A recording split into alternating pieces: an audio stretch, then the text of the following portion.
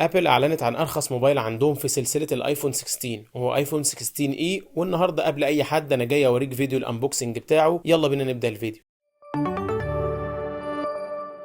السلام عليكم واهلا بيكم في فيديو جديد مع ايفون 16 اي. العلبه شكلها نظيف جدا وده المعتاد من ابل في اي موبايل عندهم، سواء بقى كان موبايل عالي او اقل. بنفس طريقه فتح العلبه القديمه بالشكل ده، بنسحب الشريط اللي فوق اللي بيجي من الورق، ومعانا كمان اللي من تحت، لان ابل بتحاول بقدر الامكان تحافظ على البيئه، وده زي ما هم بيقولوا طبعا. بسم الله نفتح العلبه وهنلاقي معانا الايفون 16 اي باللون الابيض الجميل بالشكل ده. اول حاجه بتلفت الانتباه التصميم البسيط اللي بيجي بكاميرا واحده، وده من وجهه نظري اشيك من ايفونات كتير نزلت، لان بحب البساطه في التصميم. الحواف برضو فلات زي المعتاد، ومعانا زراير التحكم في الصوت والاكشن بوتون من الجيل الجديد، ومن تحت هنلاقي منفذ الشحن اليو اس بي سي بجانب السماعات الاستيريو. فوق الورق الخاص بالارشادات معانا بعد كده في العلبه كابل الشحن التايب سي في الورق المتغلف، ومعانا دبوس الشريحه.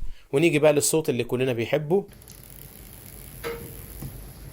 عشان دي تكون كل محتويات علبة ايفون 16 اي الجديد. قول لي من وجهة نظرك في السريع ايه رأيك في التصميم، واستنى ان شاء الله الفيديو الجاي هعمل لك المراجعة الكاملة عنه. شكرا على المشاهدة، وشكرا 50,000 مشترك. مع السلامة.